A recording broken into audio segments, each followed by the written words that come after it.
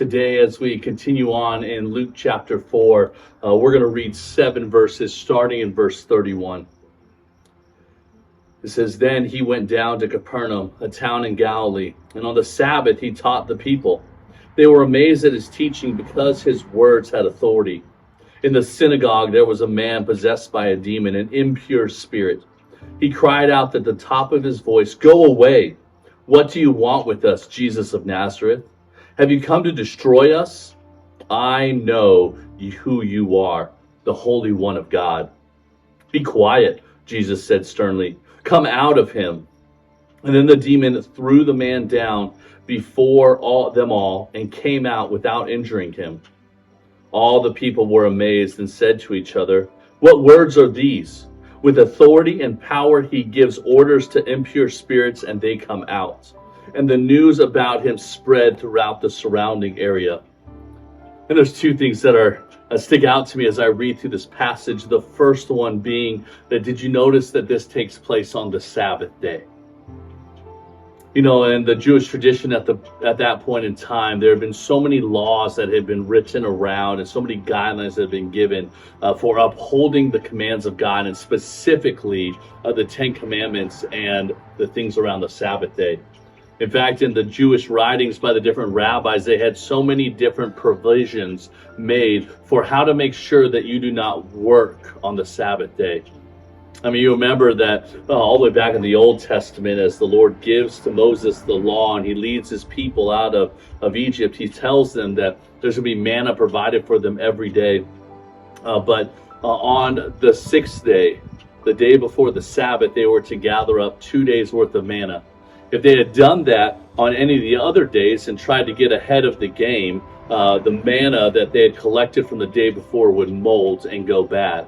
But on the sixth day, they were to grab 2 days worth of manna. So that way on the seventh day, the manna that they had collected, the extra manna, would be used to meet their needs on that seventh day so that they could take that day and rest. I'm reminded as we look through this that idea of rest is a powerful picture for us in how we live our everyday lives. That God calls us to rest, but not rest specifically in just physically not doing something, because there are times where that needs to happen. But that the rest that God called for his people and the rest that he calls us to have as well here on our Sabbath days is finding rest in God. That we carve out time to focus and shift our attentions onto him and to be reminded of who he is and the supremacy that he's called to have in our daily lives. And that's really what Jesus points out here as he steps outside of what was the cultural norm for rest. And what he does is he provides true rest to this demon-possessed man. He steps into there, and while it was unlawful to heal on the Sabbath day, he calls out the impure spirit. And everyone saw that this impure spirit responded in subject to the commands of Jesus. And they thought, wow, who must this man be that even he can speak with authority to the impure spirits? I love that picture, because I think that's a reminder to us about who Jesus really is. And I think it also points us to where our rest really should come from.